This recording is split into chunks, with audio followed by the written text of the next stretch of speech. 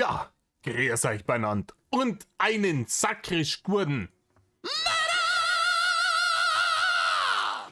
Jetzt Kasperl. Leute, als allererstes muss ich mich kurz entschuldigen. Ja?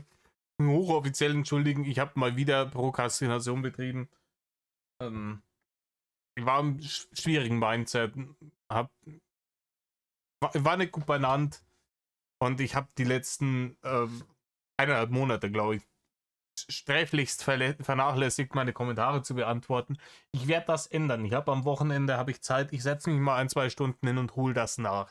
Es tut mir fürchterlich leid. Normalerweise lege ich sehr viel Wert drauf, meine Kanalhygiene zu betreiben und natürlich auch mit euch zu interagieren. Die meisten, 98% der Kommentare von euch sind ja auch Gucci und super. Und also auch die Kritik äußern, bleiben ja meistens im Rahmen, aber ne, ihr kennt es, man hat dann zwischendurch vielleicht mal ein bisschen eine kontroversere Meinung und da gibt es die üblichen Verdächtigen und ich wollte einfach auch nicht über sowas drüber stolpern, wenn ich in einem blöden Mindset bin, da schreibt man dann wieder irgendeinen Shit, anstatt es einfach zu ignorieren, wie man es tun soll. Und ich habe einfach eine Auszeit auch gebraucht.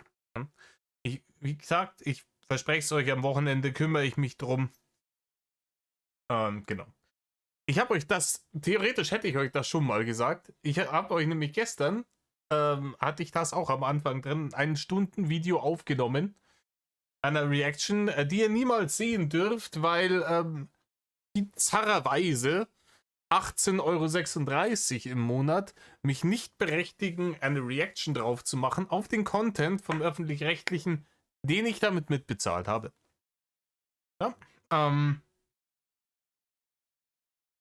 Ja, ich wollte ein Video machen zu einer BR24-Doku vom letzten Jahr, vor 3 Monaten irgendwann, ne? Ende letzten Jahres. Anfang Dezember muss das gewesen sein. Da haben sie, da hieß es, ja, sind die Drachen-Hater zurück, ne, aufgrund dieses, sagen wir es mal, nennen wir es mal Schanzenfestes letztes Jahr. Und ich fasse es kurz, ne, ich habe das mit einem deutlichen Nein beantwortet. Ne? Also sind die Hater zurück? Nein, ne? Weil diese Horde marodierender Bettnässer, die da wie die Heuschrecken über dieses Dorf hergefallen sind, in dem der Mann schon seit inzwischen ziemlich genau 4 Jahren nicht mehr wohnt, haben mit Hatern überhaupt nichts. Ich habe auch gesagt, es ist doch vollkommen Gucci, wenn man da hingeht und sich den Ground Zero mal anschauen will, kann ich auch nichts anderes sagen. Ich war ja selber auch schon da und hab mir das Elend angeschaut, wo früher die Schanze stand. Ja, ich bin zu Schanzenzeiten leider nie dort gewesen. Ich hätte es geplant gehabt, aber Reini hat sich eingebildet, er muss die Leute dazu provozieren, so einen dämlichen Verteilerkasten umzumeddeln und bei der Begutachtung seines Werkes danach zu versuchen, die da anwesenden Haters ne, zu versuchen, mit seinem Ford Blut zu überfahren, und dann haben sie ihn doch einen Monat früher aus der Schanze getreten, ne, als geplant, und dementsprechend ist aus meinem geplanten Schanzenbesuch kurz vor der Berufungsverhandlung nichts geworden. Nichtsdestoweniger, ich habe es nur dann ein Jahr später angeschaut. War auch ein trauriges Bild. Wir waren gut voll. Uns wurde danach angedichtet, wir hätten da randaliert. Da haben wir nicht. Haben wir nicht. Wir waren da dort. Und da kam dann irgendwann, ich weiß nicht mal, wie lange wir da dort waren, aber nicht lang, Viertelstunde oder so. Da kam dann auch eine Truppe Halbstarker, die gemeint haben, sie müssen da umeinander randalieren. Und dann haben die Nachbarn die Bullen gerufen und dann ist irgendwie, ja, war alles nicht, also es wäre wirklich schön gewesen, war Traumwetter und sowas, bis diese Dullis da, egal. Genug geschwallt. Wie gesagt, also es war klassisch öffentlich-rechtlich, sehr vage gehalten, alles immer, man hat die üblichen Sachen gesehen. Ne? Es gab da den Mittwoch als allererstes, um natürlich das Opfernarrativ erstmal aufzubauen. Und traut euch, kommt zu mir und den ganzen irrelevanten Bullshit. Ne?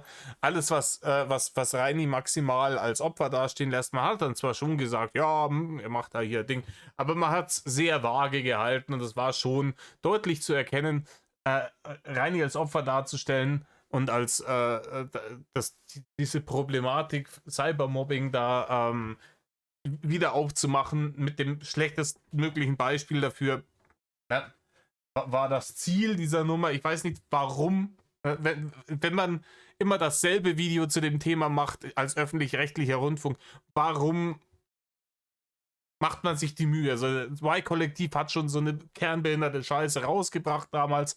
Können wir doch jetzt bleiben lassen. Ne?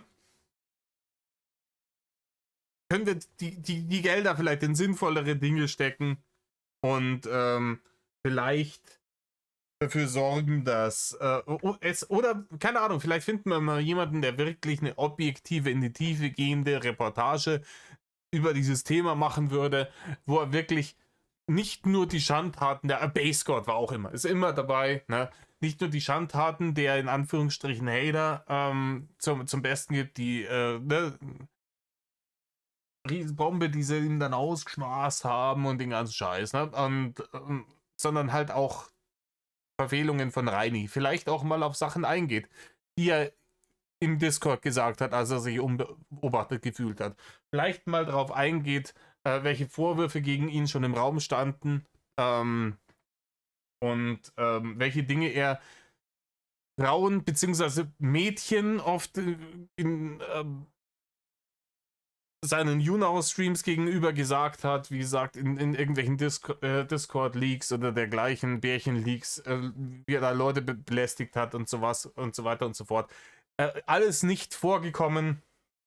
Und dann sind diese Leute, die da dieses, in Anführungsstrichen, Schanzenfest, die letztes Jahr veranstaltet haben, als Hater bezeichnet worden. Das ist halt Horseshit, ne?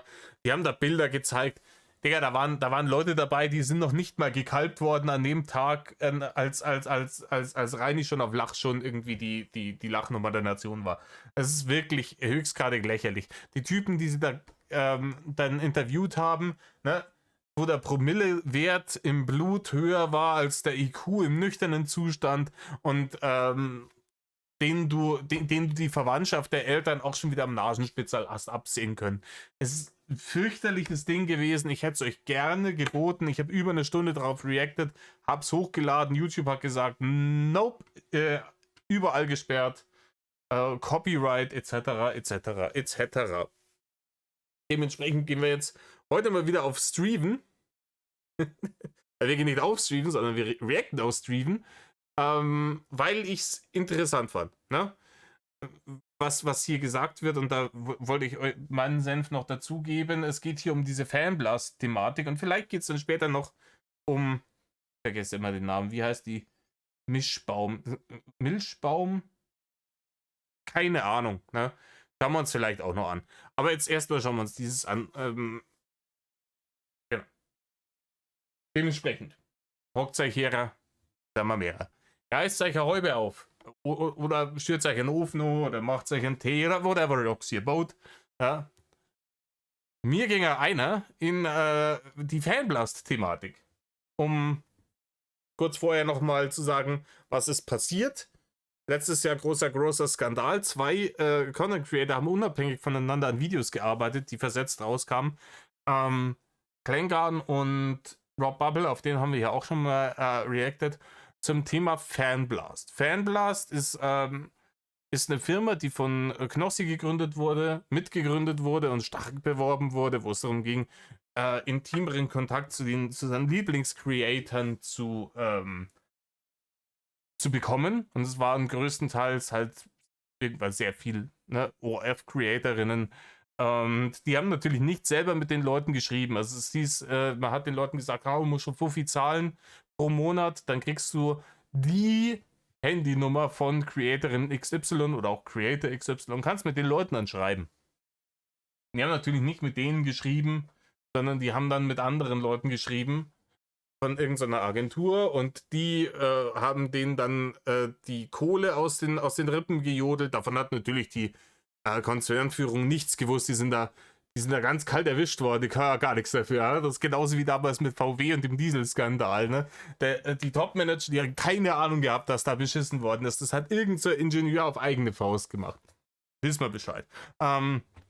Riesenskandal, aber wieder abgeflacht, redet wieder kein Schwein darum, wo stellenweise die Leute irgendwie um Tausende, aber Tausende von Euros abgezockt wurden, die nie wirklich mit den richtigen Creatorinnen geschrieben haben, sondern da hat eine Agentur so ein paar Dullis angestellt und dann gesagt, hier auf Provisionsbasis, jede Kohle, die da zusätzlich reinkommt, kriegst du so und so viel Prozent dafür. Und die haben die natürlich ausgenommen wie die Weihnachtsgänse, ne? Gerade wenn du da so irgendwelche Sims am Stissel hast, die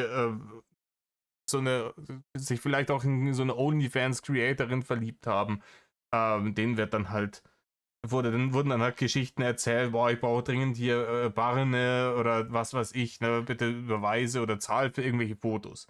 Und die Fotos und Sprachnachrichten und kleine Videoclips, die angeblich exklusiv für die Fans, also für den speziellen Fan hergestellt wurden, die waren vorher auf so einer Datenbank, ne?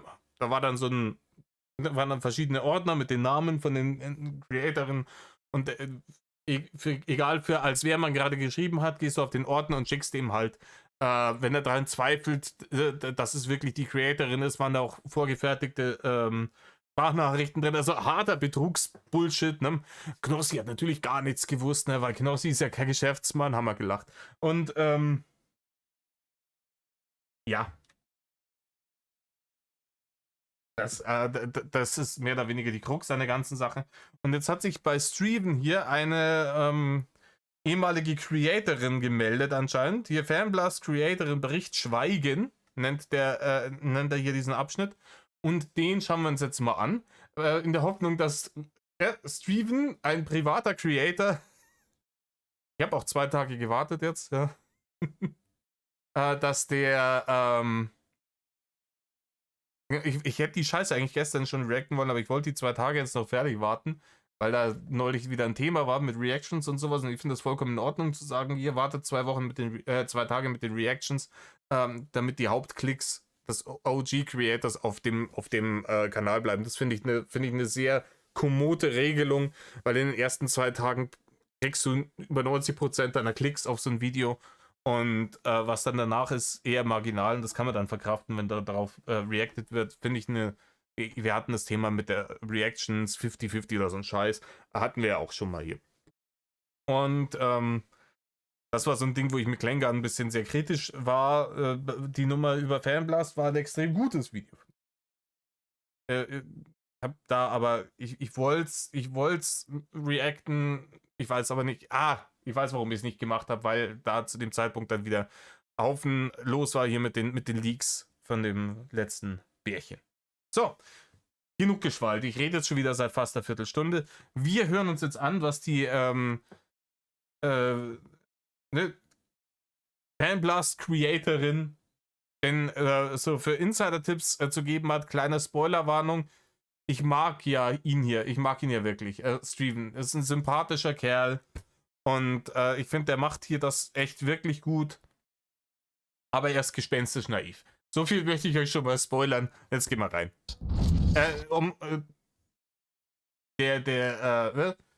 Transparenz halber muss ich sagen, ich habe das vorher nebenher beim Hausarbeit machen schon gehört. Alles habe ich sicher nicht mitgekriegt, aber den Teil habe ich schon einmal komplett durchgehört. Ne? Ist jetzt keine Blind Reaction, wie Reini sagen würde.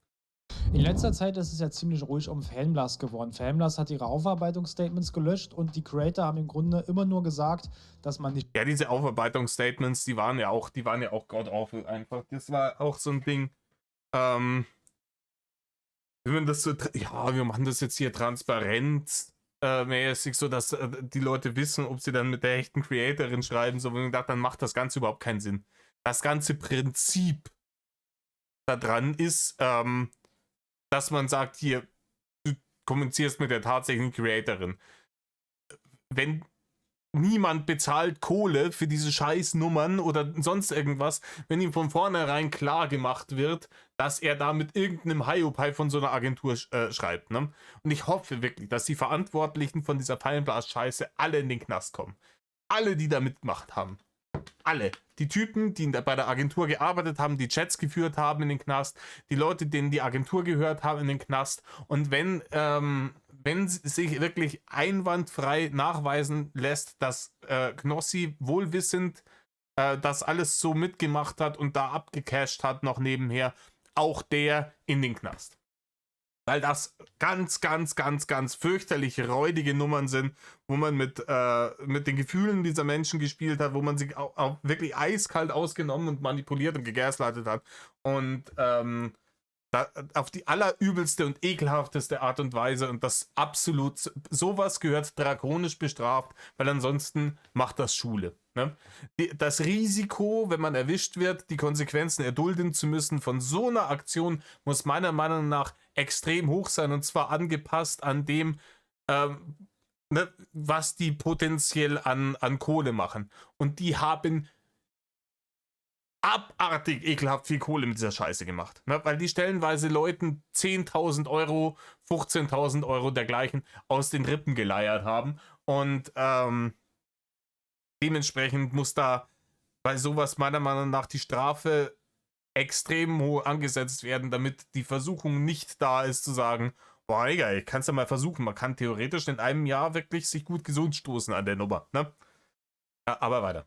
Sprechen darf und dass da eventuell irgendwann vielleicht was kommt.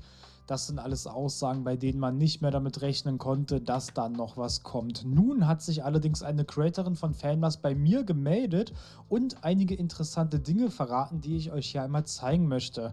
Wir haben uns darauf geeinigt, ihren Namen hier rauszulassen, da es sicherlich auch nicht so nette Kommentare ihr gegenüber geben würde. Aber ich bin der Meinung, dass man sich immer alle Seiten anhören sollte. Und wenn denn nun endlich mal eine Creatorin von Fanblast spricht, dann sollte man hier auch zuhören und dem eine Bühne geben. Denn ja, aber die Sache ist ja die.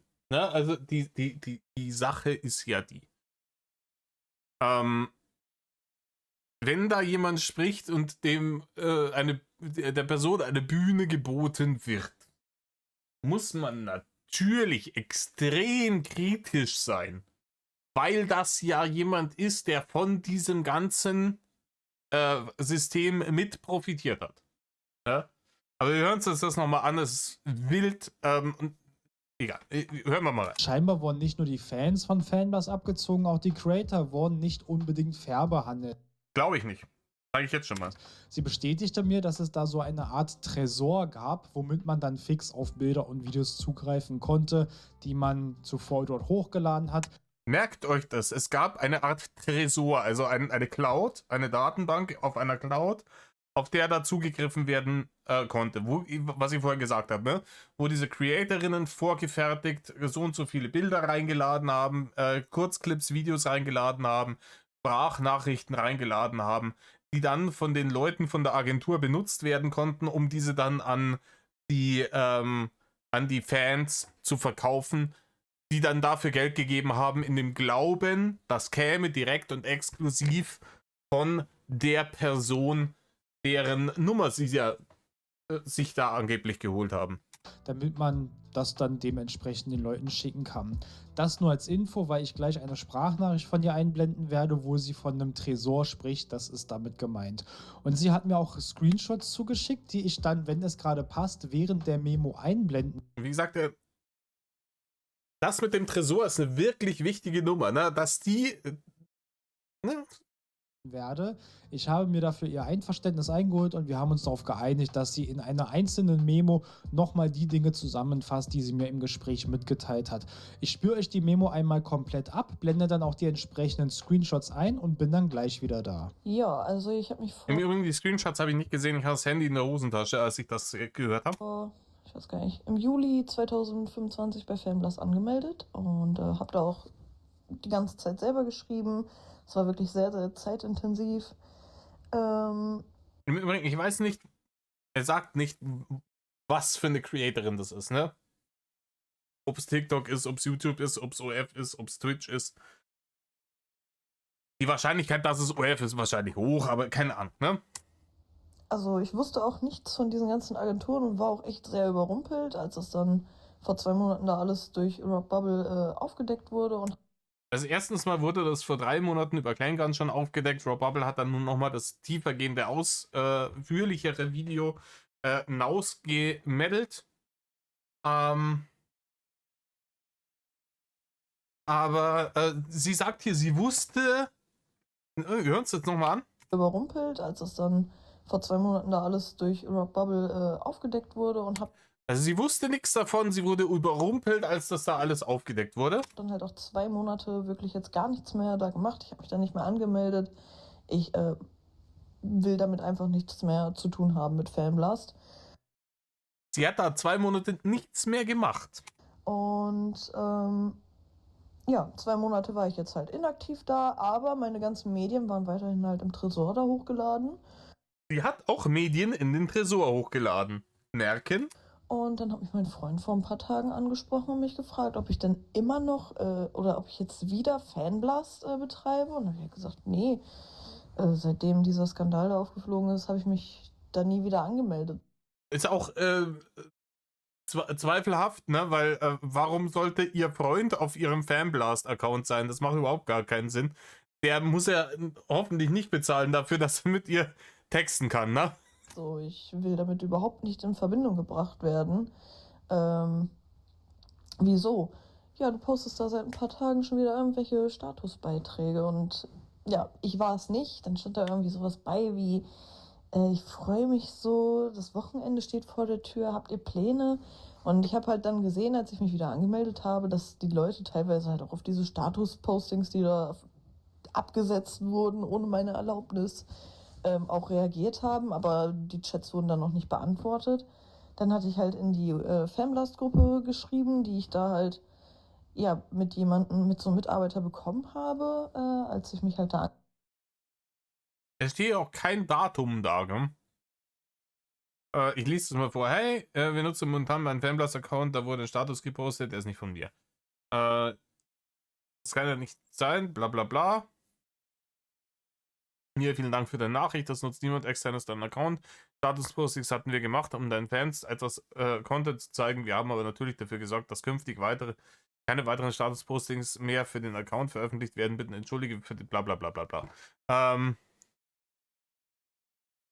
Und hier bröselt die ganze Erzählung für mich. Ja? Also sie erzählt uns, sie hat nicht gewusst, dass also sie hätte immer selbst mit den Leuten geschrieben und hat nicht gewusst, dass andere Leute mit diesen Leuten schreiben bei dieser Agentur und dass da praktisch die Leute abgezogen werden. Dann muss ich aber fragen, warum hast du dann Daten in diesen Tresor hochgeladen? Bilder etc. bla bla. Ne? Weil wir haben ja festgestellt, dieser Tresor war ja nur dafür da, dass die Angestellten der Agentur, die wirklich tatsächlich mit den Fans geschrieben haben, dann Bilder haben, die sie verkaufen können und Sprachnachrichten haben, um zu beweisen, dass sie tatsächlich wirklich die echten Creator sind. Sprich, wenn ich das mache, dieses Tresor-Ding anlege für diese Leute, muss ich ja wissen, dass jemand anderes für mich schreibt. Weil ansonsten, wenn ich tatsächlich jeden Chat mit den Fans selber führen würde, dann brauche ich ja den Tresor nicht. Ja, wenn er sagt, hier, schick mir eine Sprachnachricht, dann nehme ich dir eine Sprachnachricht auf. Oder schick mir mal ein Bild, dann schicke ich ihm ein Bild. Ne? Wenn ich nicht weiß, dass jemand anders diese Chats für mich führt, brauche ich diesen Tresor nicht. Punkt. Ne? Da beißt sich's erwäng. Zweitens, wie gesagt, dass ihr Freund sie da drauf bringt, finde ich auch shady. Und der nächste Punkt ist auch der eklatanteste Punkt für mich, den ich jetzt hier mal ansprechen will, ist, das ist hier Rainer Winkler, es kommt kein Content mehr auf YouTube mäßig, ne? Oder ich habe mich aus dem Internet zurückgezogen, habe aber weiterhin meinen Account. Wenn ich tatsächlich bei dieser Firma bin und alle meine Chats selber beantwortet habe und mir nie was zu Schulden kommen habe lassen dann aber über eine dritte Person, in dem Fall entweder Rob Bubble oder Klängern oder wen auch immer, rausbekomme, dass diese Firma im großen Stil Leute betrügt, ne, indem sie ihnen vorspielt, sie würden mit irgendwelchen Creatorinnen schreiben, mit denen sie ja niemals geschrieben haben, und mich das so empört und ich so schockiert bin, dass ich nichts mehr mit denen zu tun haben will, hat sie gesagt. O-Ton von ihr, sie will damit nichts mehr zu tun haben. Warum zum Fick lösche ich nicht meinen Fanblast-Account? Das wäre doch das allererste, was ich machen würde. Da würde ich dann sagen, hey, mit euch will ich nichts zu tun haben, hier, das ist dreckiges Business, ich lösche den Fanblast-Account jetzt, Batsch, weg. Dann bin ich nicht einfach inaktiv. Ne? Das ist wie damals, als man mit Rainer drüber debattiert hat, als er gesagt hat, nee, es kommt nichts mehr, YouTube ist beendet. Ja, warum er den Kanal nicht löscht? Warum existiert Reinis Digidi-Talkity-Kanal auch immer noch? Es beißt sich alles ein wenig. Und ich finde es sehr schade, dass da nicht nachgebohrt wurde. Das nicht, Moment, aber das passt alles so nicht zusammen. Das wird alles so angenommen und wird hier rausgeblasen, um dann, und das erzeugt halt jetzt hier, sorry für die ne, Kritik, lieber Stream. Ich mag deinen Content wirklich gerne, aber das so stehen zu lassen, erzeugt beim Zuschauer, bei vielen Zuschauern, vielleicht die ein bisschen leichtgläubiger sind, ein bisschen den Eindruck für, die waren ja nicht alle schlecht, die da mitgemacht haben. Ich sag's euch, wie es ist. Ich bin der Meinung, jeder, der da einen Account hatte, muss das gewusst haben. Jeder muss das gewusst haben. Denn der Tag hat nur 24 Stunden. Wenn du wenn du eine Anzahl von Followern hast, die groß genug ist, dass es sich rechtfertigen würde, so einen Account anzulegen, deine Nummer an die zu verkaufen, dann ist es absolut unmöglich. Dann ist es absolut unmöglich, da wirklich mit allen selber zu schreiben, die sich da anmelden. Ne? Und wie gesagt, Tag hat plus 24 Stunden. Und wenn dann aber trotzdem so viel Kohle reinkommt, ne, angenommen nur jeder von denen, du weißt nichts davon, dass sie Club verkaufen, angeblich, obwohl du die Sachen hochgeladen hast, aber es kommen jeden Monat irgendwie 10.000 Euro von denen, dann musst du doch merken, okay, das haue ich hin. Ne? Also offensichtlich haben da Leute meine Nummer gekauft, aber ich schreibe ja nicht 10.000, wenn jeder 50 Euro kostet, ne? Jeder 50 Euro bezahlt, dann sind es 200 Leute, ne? Fans dann nur von den Dingern. Dass ich nicht mit den 200 Leuten geschrieben habe, weiß ich doch dann. Und dann muss ich doch da schon auf die Idee kommen, Moment, da geht was nicht mit rechten Dingen zu tun. Das ist schwierig, das muss outgecallt werden, auch auf die Gefahr hin, dass man sagt, ich habe jetzt zwar hier eine Insiderin, aber die ist selber nicht ganz koscher und dann nehme ich die eben nicht mit in meine Berichterstattung, weil das offensichtlich Bullshit ist, was die gerade erzählt. Angemeldet habe, wo ich halt immer reinschreiben konnte, wenn ich irgendwelche Fragen habe oder so. Und ich lese jetzt hier den ganzen ewigen Text hier nicht vor. Noch dazu, hier oben ist alles das sind WhatsApp-Verläufe, das hier alles eklatant, also alles Wichtige ist geschwärzt. Ich kann jede Nummer nehmen. Ich kann jede Nummer auf meinem Handy nehmen, die Person auf Fanblast umbenennen und dann mit denen schreiben, um dann so einen WhatsApp-Verlauf zu erzeugen, um den abzufotografieren, das hier oben natürlich zu schwärzen war aus Datenschutzgründen und dann zu sagen, ja, ich habe das also sofort, als ich das gemerkt habe, ich bin raus aus der Nummer. Es hört sich für mich an, als wäre hier eine Person, die in diesem ganzen Fanblast-Kosmos drinne war, die da mitgemacht hat, die wohl wissend da mitgemacht hat, dass hier beschissen wird, die jetzt kalte Füße kriegt. Die weiß, okay, das ist jetzt in der Öffentlichkeit und das wird hintenrum, auch wenn es jetzt schon auf YouTube, Social Media etc. ruhig um dieses Thema geworden ist in den letzten Monaten. Die Staatsanwaltschaft wird sich weiter dafür interessieren und es wird auch andere Leute geben, auch Leute, die ähnliche Konzepte fahren, die weiter verklagen werden. Und früher oder später gehen hier die kompletten Ordner auf und dann steht da irgendwo mein Name drin und dann ficken die mich. Und ich baue mir jetzt hier ein nices Alibi. Und der Steven ist, es tut mir jetzt wirklich leid, ich will das echt nicht despektierlich sein, lieber Steven, aber du bist der nützliche Idiot für diese Leute, um sich ein Alibi aufzubauen. Das ist meine feste Überzeugung, meine Meinung an der ganzen Sache. Ja, weil das stinkt gegen den Wind. Das habe ich dann mal wirklich sehr schnell eine Antwort gekriegt. Nur diesmal, wo ich dann gefragt habe, so, sag mal, ey, wer betreibt denn da jetzt gerade einfach mein Fanblast-Konto, wurde die Nachricht einfach nur gelesen und nicht drauf geantwortet. Dann hatte ich eine E-Mail geschrieben, die schon ein bisschen ernster war und auch mit so Zeitdruck, also bis morgen 12 Uhr. Ja, mit freundlichen Grüßen, warum zensiert, achso, das ist hier echt der Name, okay, ja, wahrscheinlich. Macht Sinn. Ich gerne eine Antwort, sonst gehe ich zur Aber, ja, weiß ich nicht, ich kenne mich mit OF nicht aus, ich habe keinen OF-Account, treten die ja wahrscheinlich nicht unter ihren echten Namen auf. Polizei und bringen das Ganze zur Anzeige. Das werde ich jetzt so oder so machen, auch wenn sie geantwortet haben. Sie haben dann geantwortet, nachdem ich die E-Mail abgeschickt habe und meinten halt einfach, ja, das waren wir und wir wollten deinen Fans zeigen, dass du noch aktiv bist. Und ja, es macht halt einfach für mich keinen Sinn, diese Antwort. Also warum will man denn den Fans zeigen, dass man aktiv ist, wenn man da gar nicht aktiv ist und dann auch gar nicht auf diese Nachrichten antwortet? Also ich weiß nicht, was der Plan dahinter war, ob die dann letztendlich irgendwie mit meinen Videos beziehungsweise Filmchen irgendwie da, ja, dann Geld machen wollten hinter meinem Rücken in der Hoffnung, dass ich das irgendwie nicht mitkriege. Ich weiß es nicht.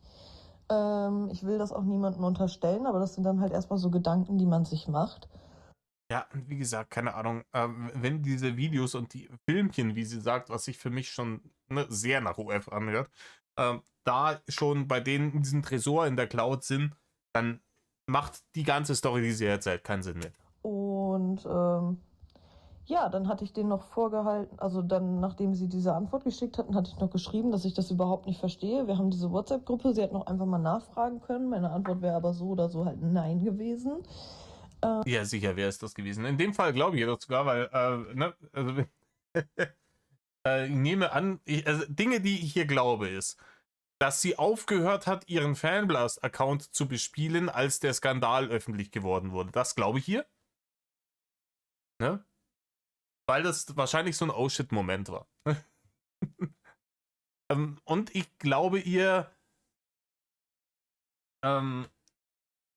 was sie hier jetzt gerade gesagt hat, dass sie gesagt hat, hier nicht mein Ding war. Aber alles andere ist sass. Und meinte noch zudem, dass sie ja sowieso gerade so in der Kritik stehen und ja. Ja, das hast du ganz bestimmt, hast du dem gesagt. Da hast du gesagt, ey, ihr habt richtig Scheiße gebaut, steht ja hart in der Kritik. Und wenn die so hart Scheiße gebaut haben, in der Kritik stehen, warum hast du den Account noch? Ne? Warum hast du den Account noch? Sie jetzt einfach dann sowas machen. Also ich denke mal nicht, dass das irgendwie jetzt großartig hilft, das Unternehmen am Leben zu halten. Und ja, wie gesagt, ich werde das Ganze zur Anzeige bringen, mal gucken, was dann daraus wird, weil das ist schon wirklich ein asozialer Move, muss ich ehrlicherweise sagen. Das also einmal dazu. Man kann jetzt natürlich von allem halten, was man will, aber Ja, ich halte davon überhaupt nichts. Wie gesagt, ich habe gerade schon gesagt, was ich davon halte. ich finde es gut, dass sich endlich mal jemand dagegen ausspricht. Finde ich nicht gut, weil das offensichtlich Manipulation und Gaslighting ist, lieber Steven. Das macht dich ein bisschen, sogar noch ein bisschen liebenswerter als eigentlich vorher schon, dass du wirklich so naiv bist und so ein netter Typ, dass du hier Benefit of the Doubt und so eine offensichtliche Manipulation nicht erkennst und ihr das glaubst und die da auch als Opfer siehst. Auch innerhalb der Creator, und offensichtlich wussten die Creator selbst teilweise auch nicht, dass da irgendwelche Agenturen beteiligt sind. Ja, wie gesagt, das müssen sie gewusst haben. Das macht überhaupt keinen, das ganze Konzept ergibt keinen Sinn, wenn die Creator da drin nicht eingeweiht sind. Das ganze Konzept ergibt dann keinen Sinn mehr. Wenn die Creator nicht eingeweiht sind darin, dass dieser Scam, so wie er gelaufen ist, läuft, funktioniert das alles nicht. Die müssen mitmachen. Zumindest wirkt es so. Und ja, was sagt ihr denn dazu? Lasst mich das gerne wissen. Bleibt aber bitte immer sachlich und respektvoll, denn dass man uns hier so einen Einblick hinter die Kulissen gewährt, ist absolut nicht selbstverständlich. Ja, doch, ist. Oh, komm. Die macht sich ein Alibi, Digga. Die macht sich ein Alibi. Das ist kein Einblick hinter die Kulissen. Das ist Smokescreen. Ich denke, es ist sicher, dass sich Fanblast scheinbar nicht weiter dazu äußern oder irgendwas ändern wird. Natürlich nicht. Die sind momentan höchstwahrscheinlich beschäftigt damit, ne, sich auf etwaige Prozesse vorzubereiten. Ich hoffe wirklich, ich bete darum, dass wirklich, obwohl ich Atheist bin, dass das wirklich die Verantwortlichen da wirklich zur Verantwortung gezogen werden und dass da harte Konsequenzen gibt. Und dass da eben nicht irgendwelche Deals gemacht werden, dass da nicht gegen Auflagen eingestellt wird, sondern dass da nicht irgendwelche Geldstrafen dabei rumkommen, sondern dass da harte, echte Haftstrafen auf diese Leute zukommen. Aber die ganze Sache. Das ist nichts anderes als dieser Enkeltrickbetrug, nur bei jungen Leuten, die noch Erektionen kriegen. Und da packt man sie halt daran. Ne? Soll, das hatten wir ja auch gehört, zur Strafanzeige gebracht werden. Und wenn ich diesbezüglich irgendwas Neues weiß, gebe ich euch natürlich Bescheid. Bin ich gespannt, was da noch dabei rumkommt. Wie gesagt, ich glaube der Frau von den wirklich nennenswerten, wichtigen Fakten kein einziges Wort. Und überlegt es euch nochmal. Hört es euch nochmal an. Ich verlinke das nochmal unterm Video. Dann könnt ihr euch die ganze Nummer nochmal ohne mein dummes Geschwalle anhören. Und dann schreibt ihr mir mal unter mein Video in meine Kommentare, ob ihr glaubt, dass die Frau da wirklich einen hier so einen Insiderblick hinter die Kulissen geben wollte oder ob es die aus ihrem Arsch spricht und sich einfach nur ein Alibi machen will, weil sie merkt, ne, das Schiff sinkt und die Ratten verlassen das sinkende Schiff immer als erstes. Und jetzt hören wir uns diese Nummer nochmal an. Das finde ich ein bisschen, ja, das anderes Thema. Ich spule da kurz mal vor. So. Dann hat sich Milchbaum nochmal zu der OF-Geschichte von vor einigen Tagen geäußert. Wir erinnern uns, sie wurde gefragt, ob sie OF macht und hat ganz klar deutlich gemacht, dass sie es nicht okay findet, wenn man einfach so eine Frau fragt, ob sie spezielle Bilder verkauft. Die Meinungen dazu waren gespalten. Einige finden ebenfalls, dass das gar nicht geht. Andere wiederum... Finde ich im Übrigen, ich finde es auch nicht okay. Ne? Das schon mal als allererstes zu sagen, um allen, ich finde es nicht okay, im Internet eine Creatorin oder auch einen Creator einfach plump zu fragen, ob die Person vielleicht Bock hat, Erwachsenen-Content zu machen. Ne? Das ist übergriffig und das sollte man nicht tun. Das ist absolut respektlos. Punkt. Ne, um das klarzustellen. Nicht, dass wieder irgendwer unten reinschreibt, oh, du kannst aber nicht, bla bla bla, weil es geht halt tiefer ins Thema. Finden so eine Frage absolut in Ordnung und andere wiederum fanden das Verhalten von Milchbaum nicht in Ordnung, weil sie da leicht schnippig und etwas beleidigend drauf reagiert hat. Und auf diese Leute ist sie in ihrem Livestream nochmal gesondert eingegangen. Ja, also die hat halt da sehr entrüstet drauf reagiert und hat die Leute angekackt. Kann ich auch verstehen. Ja, kann ich durchaus verstehen, hätte ich auch keinen Bock drauf an ihrer Stelle. Und wenn ich da schon keinen Bock drauf habe, ich nehme an, für eine Frau noch schlimmer. Aber wir hören uns jetzt den ganzen Shit noch mal an. Ich habe halt was zu sagen, was das Thema Reichweite und Reichweitenverteilung auf Social Media angeht. Erstmal kommen Leute, die rumheulen. Ja, vielleicht war die Frage nicht so cool, aber deine Antwort war auch nicht cool. Und ich denke mir so, Junge, wenn du respektlos mir gegenüber tretest, dann kannst du nicht Respekt erwarten. Da unterschreibe ich 1000%. Ne? Wenn ich so eine dumme Frage stelle, dann muss ich mit der dummen Antwort rechnen. Ne? Also what the fuck? Plus, ich finde, ich habe meine Beleidigungen, wo ich finde, die sind wirklich noch sehr harmlos ausgedrückt. Loserlappen, finde ich, ist noch sehr zart, ja? Soll man mal nicht rumheulen. habe ich ja sogar noch begründet. Also wenn deine erste Frage ist, sobald du eine Frau siehst, ob sie Nacktbilder für 4,99 € im Internet verkauft, dann ist das auch keine normale Frage. Das Ja, ist es nicht. Und jetzt kommt meine Kritik an der Nummer. Das Problem ist, und das mag man jetzt scheiße finden, aber das ist die Realität. Wenn du,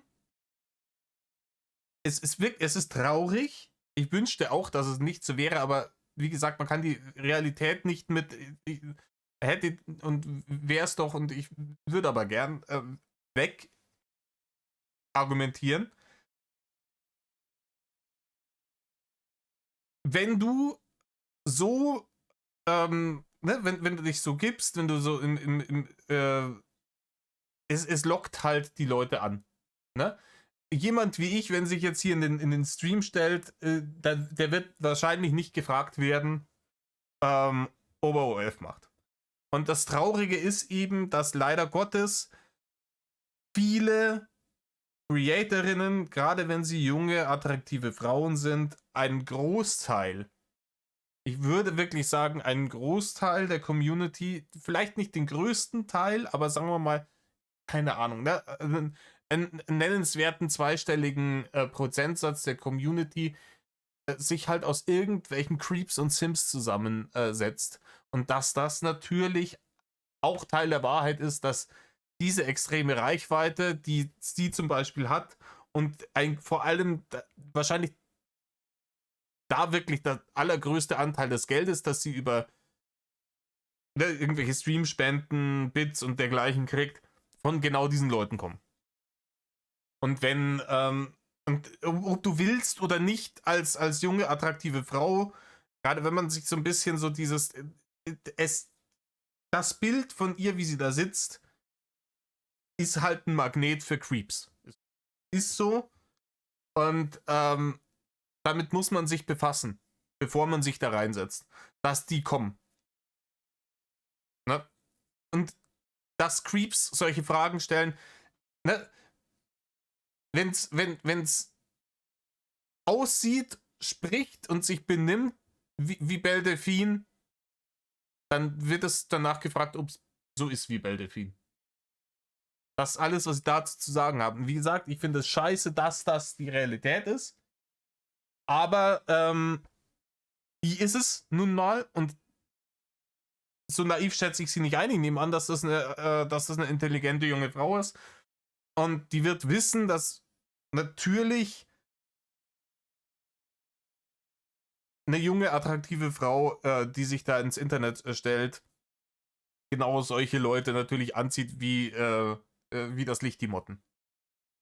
Und dann kann man natürlich, das einzige Problem ist, die meisten Leute ignorieren es dann weg, blocken die Leute vielleicht, obwohl es natürlich auch wieder schwierig ist, die lassen natürlich die meiste Kohle da, aber man kann dann aber natürlich auch, wenn so eine Anfrage kommt, egal ob das normal, also was heißt normal, ne? Leider Gottes ist es normal, dass das so Leute anzieht, aber dann ist es auch vollkommen legitim, dass wenn solche Leute respektlos werden, dass sie dann auf demselben Level zurückschießt. Ich hätte auch Lappen noch viel weniger. Ich hätte ja auch zugestanden, den richtig rauf und runter zu beleidigen, weil du dich ja